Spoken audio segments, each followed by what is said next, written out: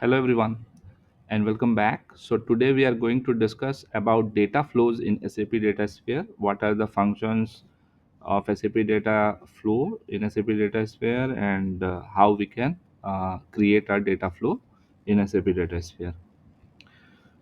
So let's understand what is our data flow.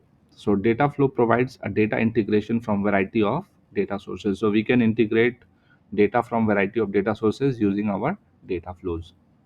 It is easy to use data flow modeling experience for ETL requirement. So it's a very user-friendly environment that it provides, where we can like use a drag and drop feature for majority of the cases. Okay, so which provides like what kind of transformation or extra we can perform using our data flows. So extraction, transformation, and loading. So all those functions we can perform using data flows. So load and combine data from different data sources, both SAP and non-SAP. So we can load data from multiple sources.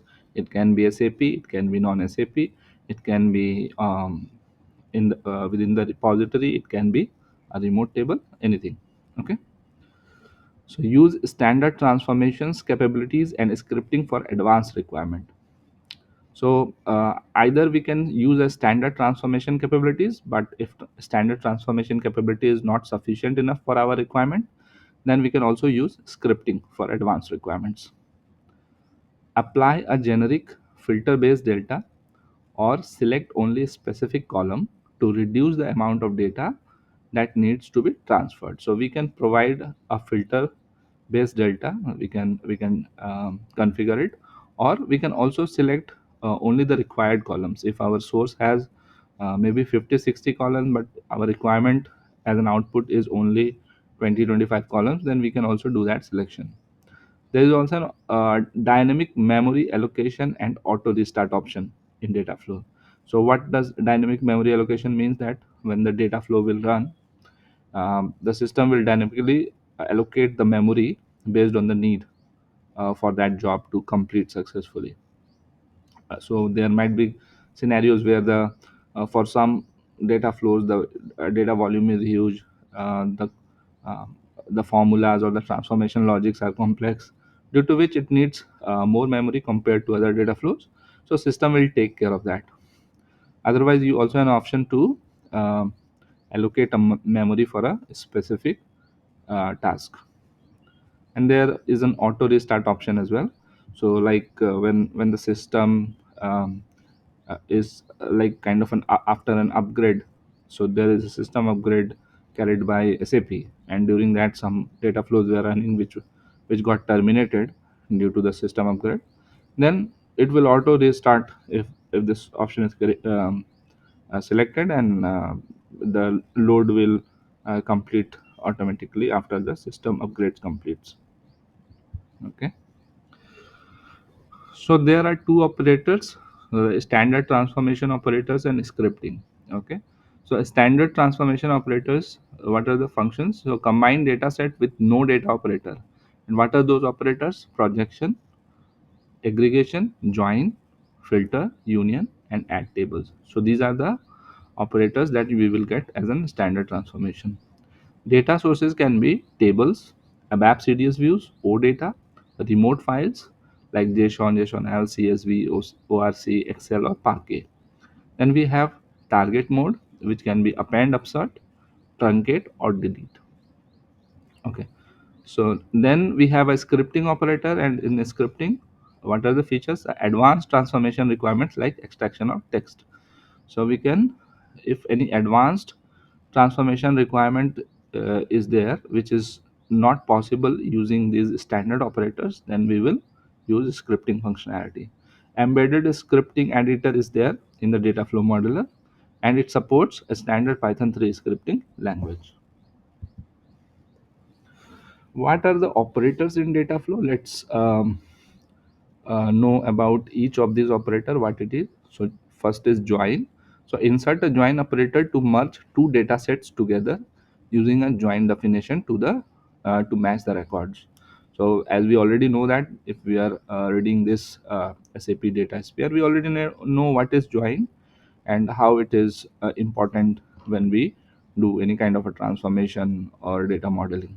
So we can use all those joins: inner join, left outer join, right outer join. Okay. Then we have union option. Insert a union operator to combine two data sets that shares the same schema definition. So union, when actually we use union. So let's suppose you have multiple tables, sales organization wise. Okay. So one table stores all information about the sales details for EMEA region. Okay. Other table contains all the sales related information about, let's suppose, APJ sales organization, and another with another organization, and so on. But the schema definition is the same. So schema definition means the rows and columns, or the dimensions and measures, those are exactly the same. So the table structure is exactly the same. Only thing is that their data content is based on the sales organization. We don't want to mix the data within one table, so we kept the data table wise. Maybe because some possible reasons would be that data is for different sales organization is coming from different sources. So that's one possibility. There can be other possibilities as well. So in that case we usually use union, so that all the data will be consolidated as one, while it will go to the upload to the upper level as a summarized result. Then we have projection. So insert a projection operator to add, remove, reorder, or rename columns. So we can add additional columns and write a code to um, derive that column. We can also remove existing column which is coming from the source. We can reorder the sequence of the columns, and we can also rename the columns. Maybe in the source the name of the column is different, but in the target table we want to use a different name. So that is also possible. Then we have aggregation. Insert an aggregation operator to perform sum, average, minimum, maximum, and count calculation. So this actually comes into picture if your granularity changes when you load the data from your source to target. So for example, in your source, you have 60 fields, and out of those 60 fields, there are six keys. Okay, so those six keys makes a combination of a unique record, right? When you load the data to our above target, let's suppose you don't use any of those six keys. So let's suppose you have not used all those six keys, you used two keys or three keys based on your need, whichever information you need. So then the granularity change.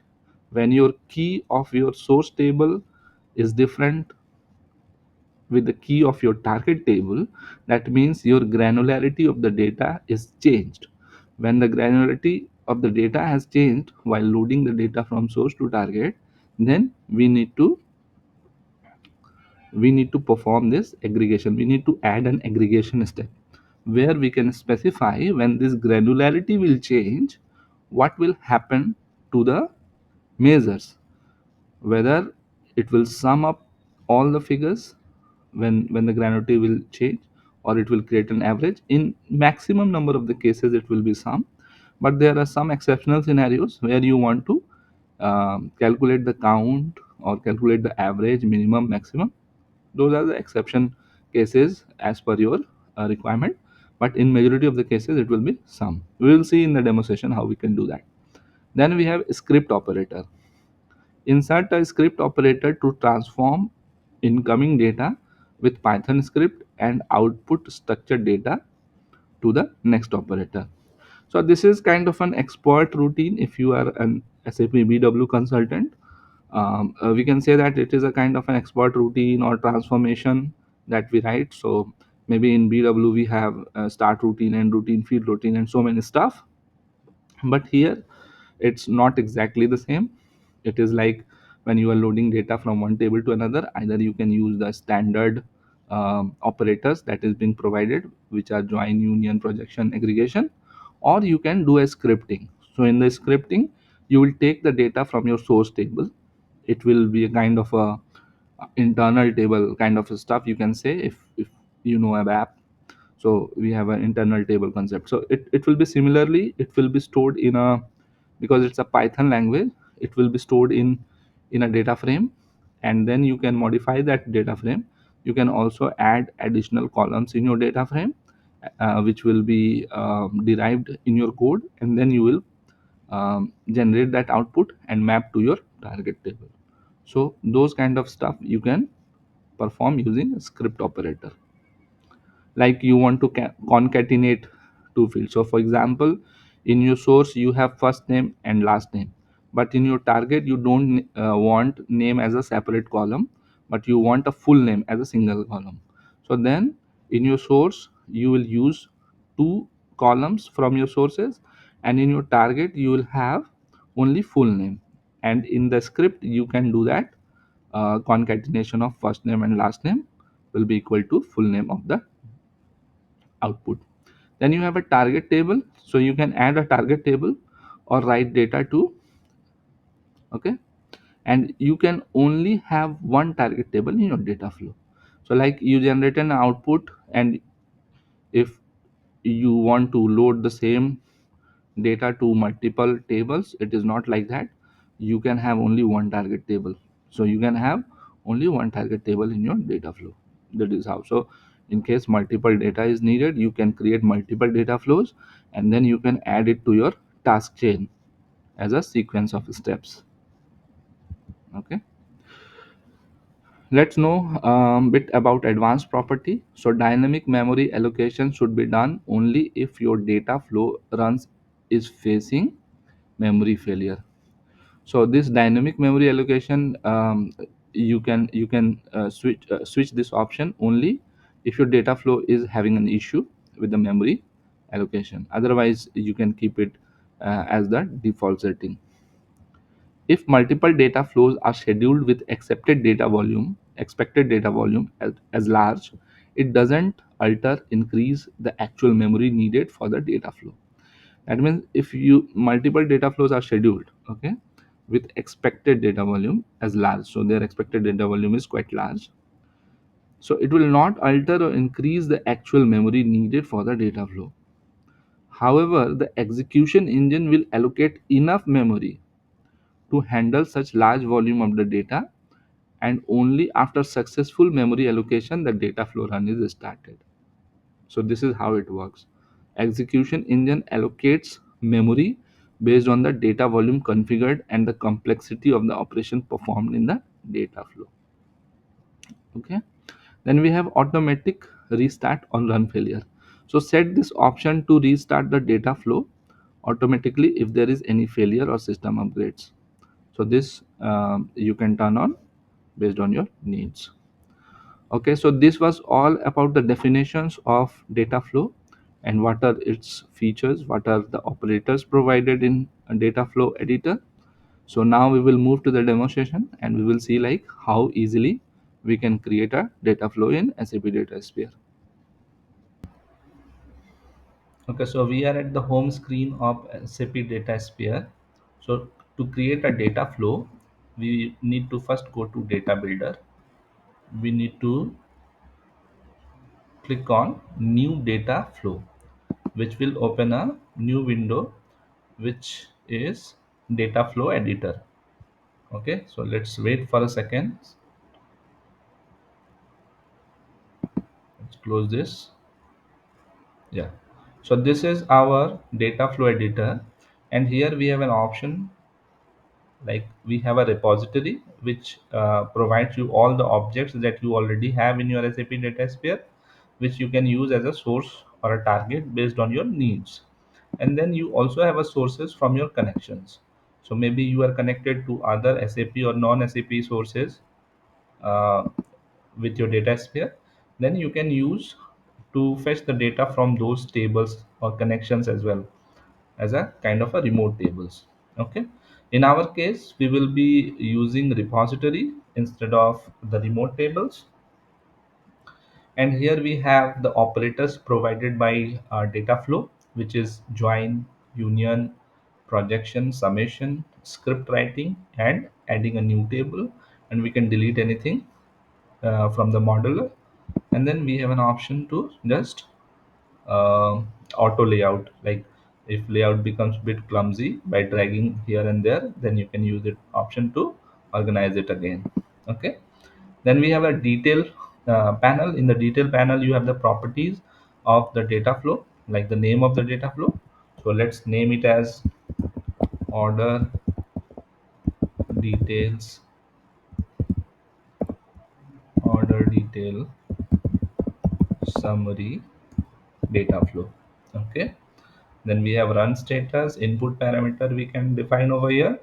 And then we have advanced properties, as we have discussed during our slide. So we have a dynamic memory allocation which we can turn on and off based on our needs.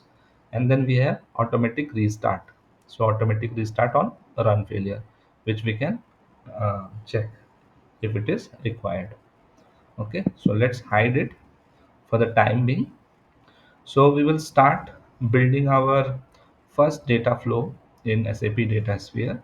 So for that, we have multiple tables as our sources. So actually here you can see we have a sales order, we have AMER, APJ, and EMEA. So these three are basically sales organization of my dummy data for sales order. So all these three tables have the same structure, that is same schema. So in that case, if we want to consolidate the data from all these tables, we can use a union. Okay.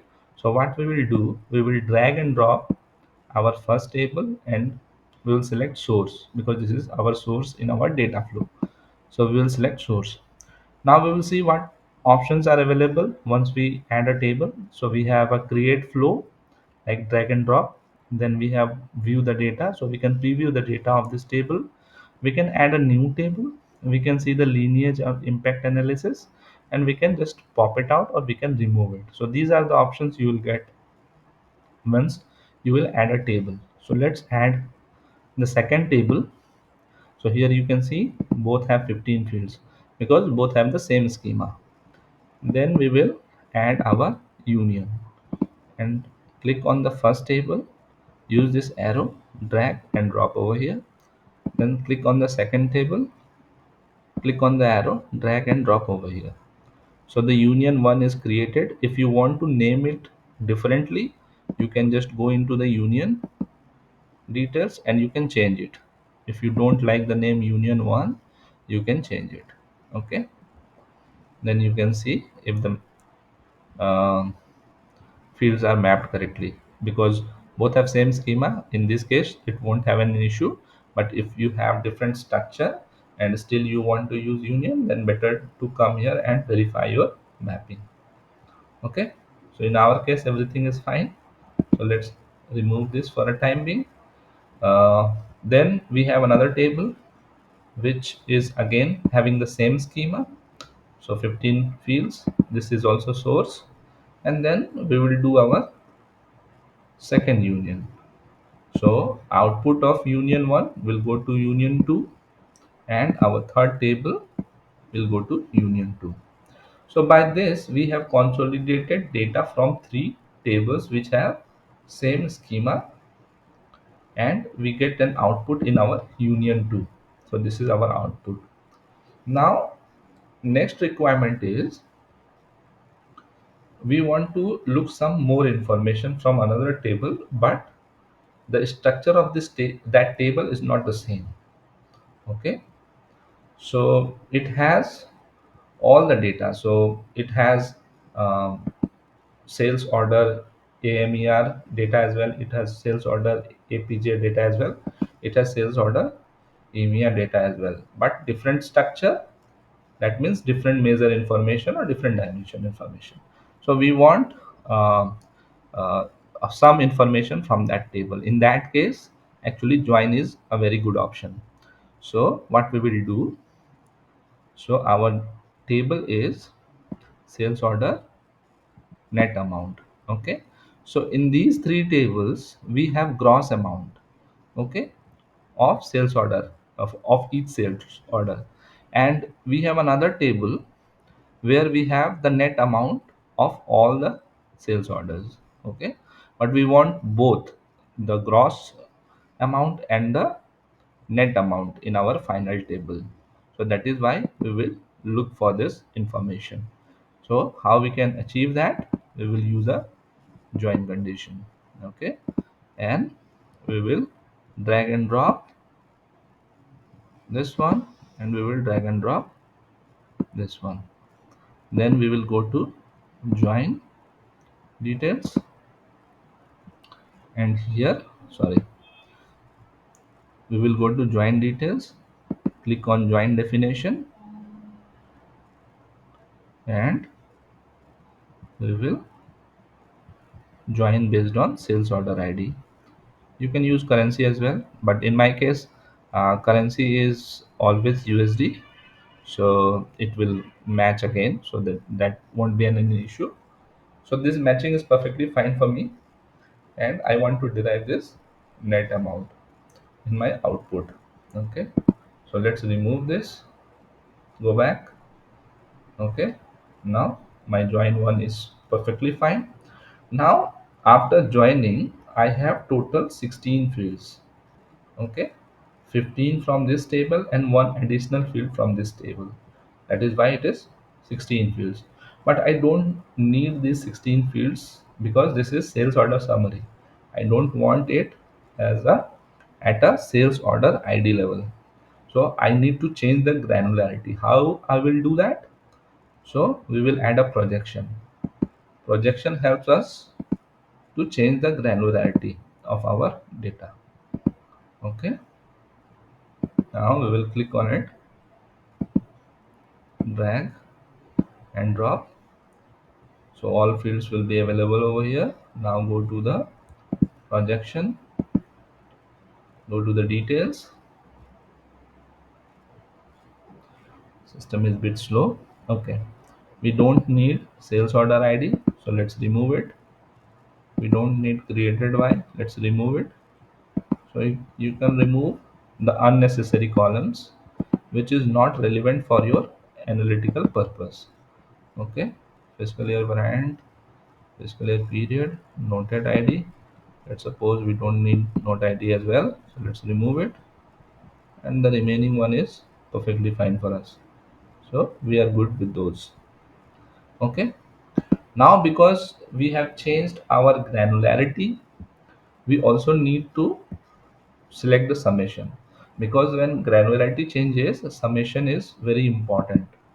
You should not miss this step, otherwise your data flow might fail. So you need to map it to aggregation. If your keys between your input and the output is the same, then you do not need to bother about aggregation. But if your key changes, so here I have removed the key, so our join one had only one key, which was sales order id. I don't need it in my output, so obviously the granularity will change. That is why I will need an aggregation. So I will go to the aggregation option. Okay, and whichever is my amount column which I need to calculate, I will select, sorry, let me go here. Yeah, change aggregation sum. So here you can see you have total five options: sum, average, maximum, minimum, count. In most of the cases we will use sum, but in some exceptional cases based on the business needs, you can use others as well, like average, maximum, minimum, or count. Okay, so this is done. Now what we will do, this is perfectly fine. Okay, so let's suppose now we have 10 fields, but we need some more information which is not part of these fields, but we need to derive that. Okay, and for that derivation, actually none of the operator is sufficient enough. In that case, what we will do, we can use a script. So just click on the script and click over here, just drag it. So in this script, actually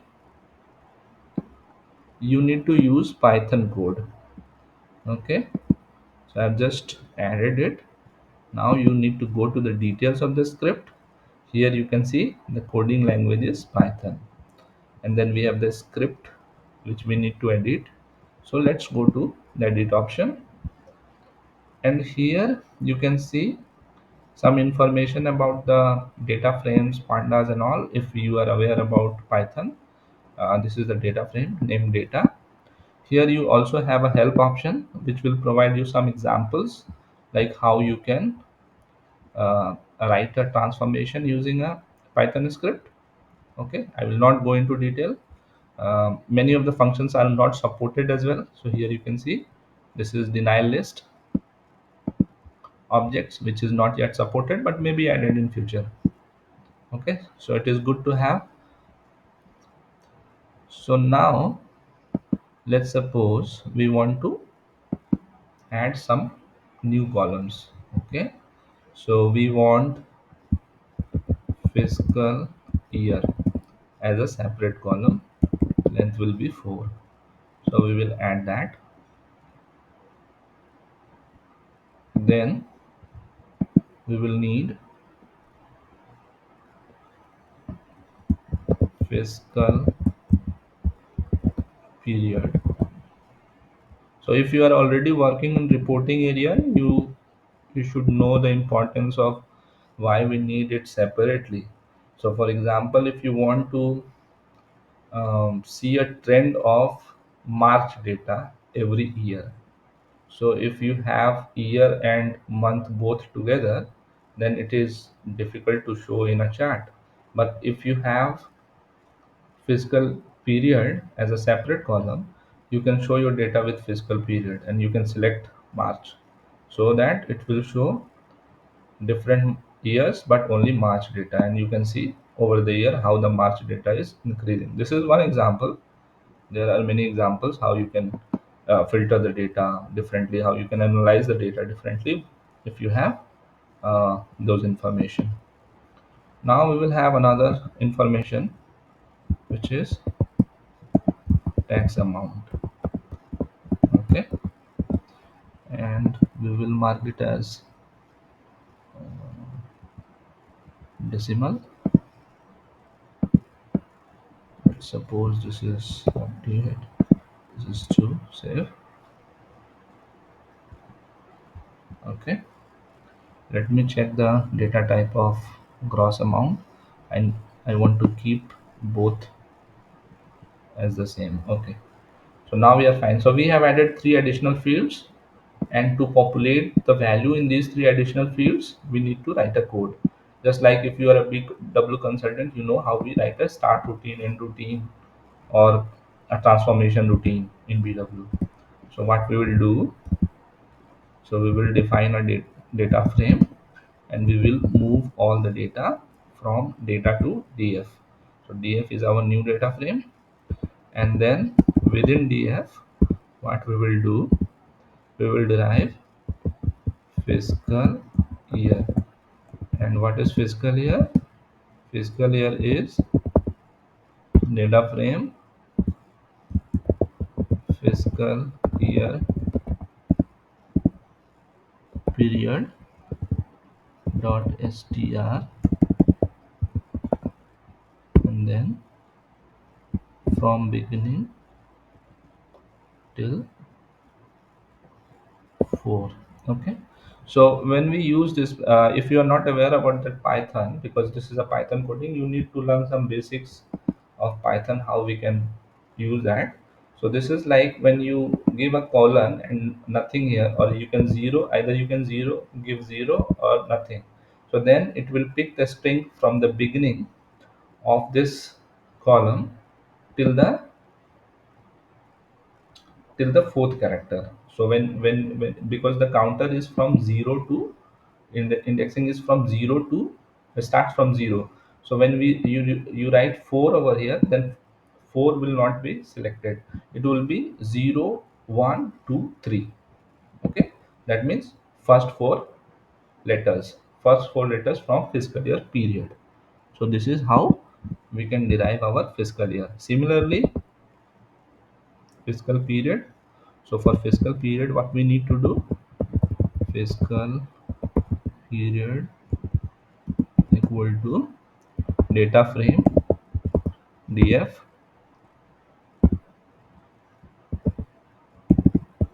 fiscal year period and dot str, and then you can write from fourth character to the end. So it starts from fourth. When we write fourth, actually it is a fifth character because it starts from 0 until the end. Then last thing we need to derive is df.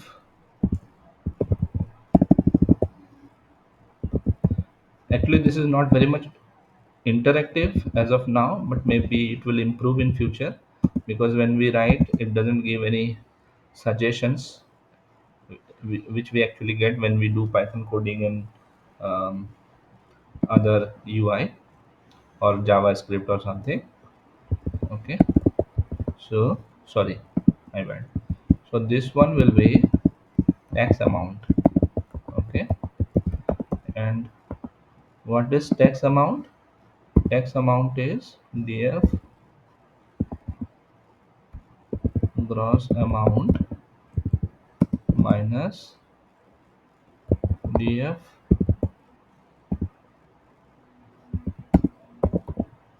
net amount. So this is our tax amount. So this I already know based on, so this I have taken for an example, but maybe in your case you can derive other stuff as well. So this is an example where I have derived two dimensions and one measure using Python code, and then we can return df instead of data. Okay, because our new data frame is df. Let me verify the name: net amount, tax amount, gross amount. So the naming is same. One another drawback here I see is there is no syntax checking option, so you don't get any error. So you will not be able to check the syntax if something is wrong with the code.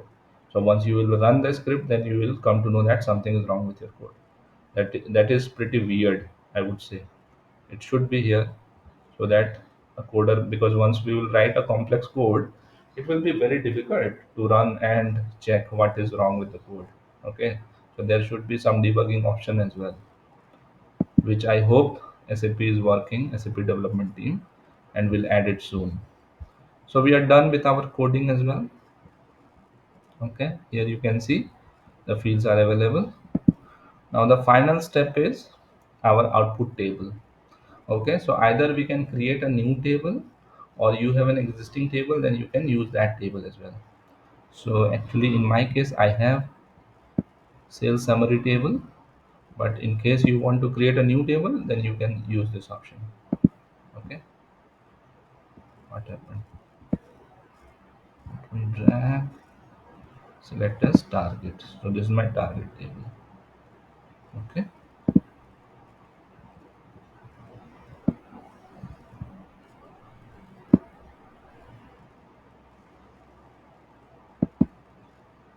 okay.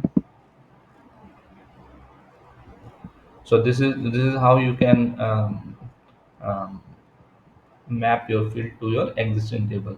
But in case, let's suppose you don't have any table and you want a scratch new table, so let's remove it.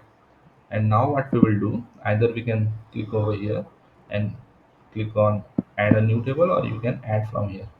So this is a new table, all 13 fields are added automatically. Then you can go here, you can name this table sales order summary. Okay, sales order summary table. These are the fields, those are added. Okay, so you can set a key as well from here. So fiscal year variant, let's set it as a key. Let's set fiscal year period as a key, partner ID as a key, sales organization as a key, currency as a key, and the remaining one. So this is, I am showing for the demo purpose. If you know that, because I have a dummy data, I am not much aware about like what is the content of the data. But you will work with any of the data design, you should be aware like what is your structure and which combination of the key is enough. So let's suppose only these four keys or five keys enough, then you do not need to make everything as a key, but you need to be very specific once you design those stuff.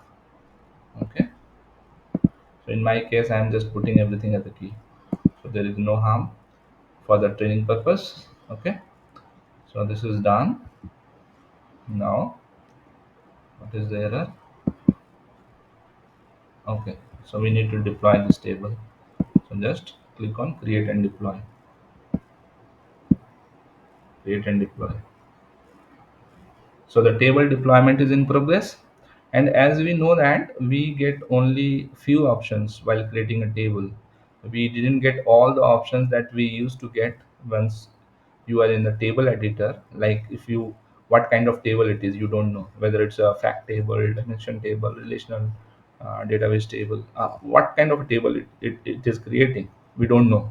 So in that case, what we will do, we will open this table. Okay, we will open a new window. If you did some change and it is not reflecting, so many of the time, because it's a cloud based tool or a web based tool, you need to refresh your browser, or maybe sometimes when you are working in a real time environment, you also need to log out and log in sometimes, not every time, but most of the times if you refresh it, you will get the changes reflecting.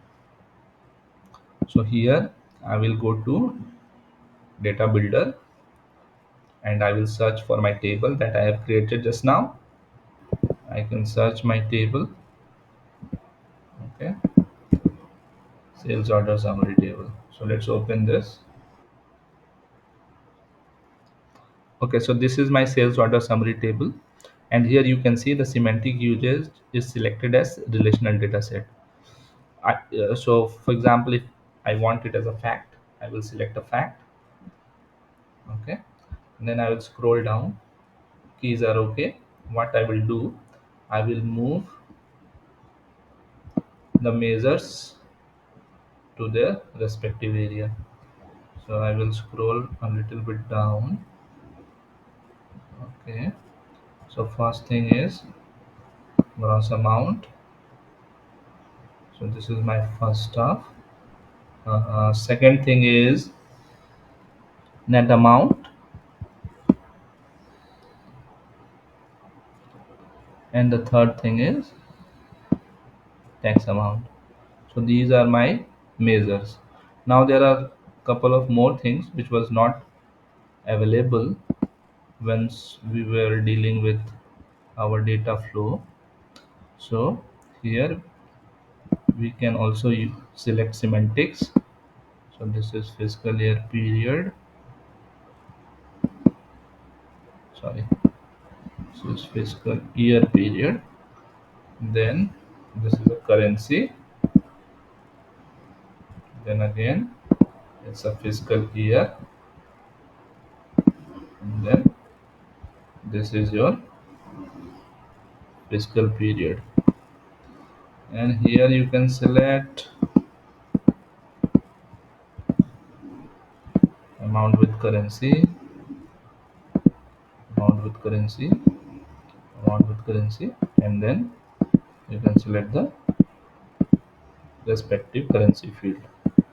Okay, so we are done with the changes in the table. Now what we will do, we will deploy our solution. So either you can save it first and then deploy, or you can directly deploy. So deployment is in progress now. So what we will do for the time being, we will first save our data builder. So let's save it. Why I'm saving it? Because I have just did some changes to the table, and to get it reflected, I need to refresh this page. So before refreshing this page, let's ensure that you save this. Otherwise, all your work will be gone and it will open a new editor window.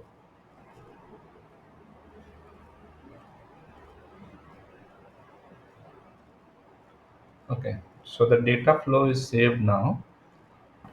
So let's suppose in our case we want truncate mode. So from here you can select the upload mode. whether it's append, truncate, or delete. Okay, so the table is in deployed status. Mapping is fine. All fields are mapped correctly. So now we will deploy our data flow.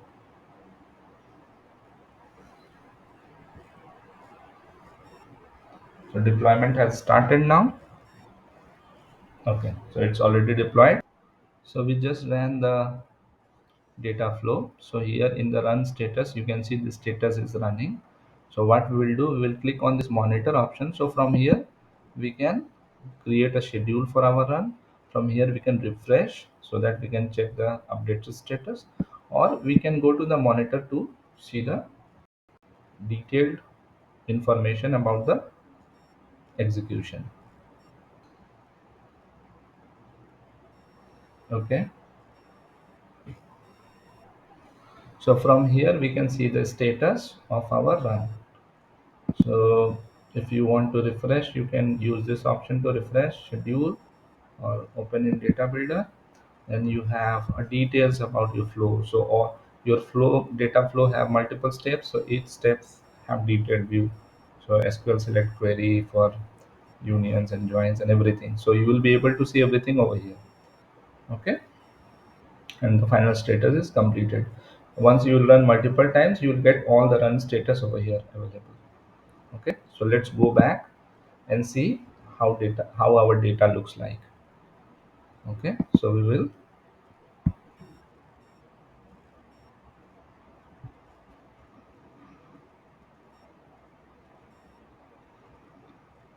so you can always hide this, you can always hide the information about the details and this source tree. Otherwise it will take a lot of time once you will open the editor, because it will try to refresh all the sources and the detailed information. Okay, so this is our data flow which has run successfully. We will now click on the table, which is our final table, and we'll try to check the data, whether our data is working fine or not. Okay, so now you can see the data is visible over here. So these all information are coming from as we have designed our data flow. So we have the gross amount. Let's suppose this is around 10K.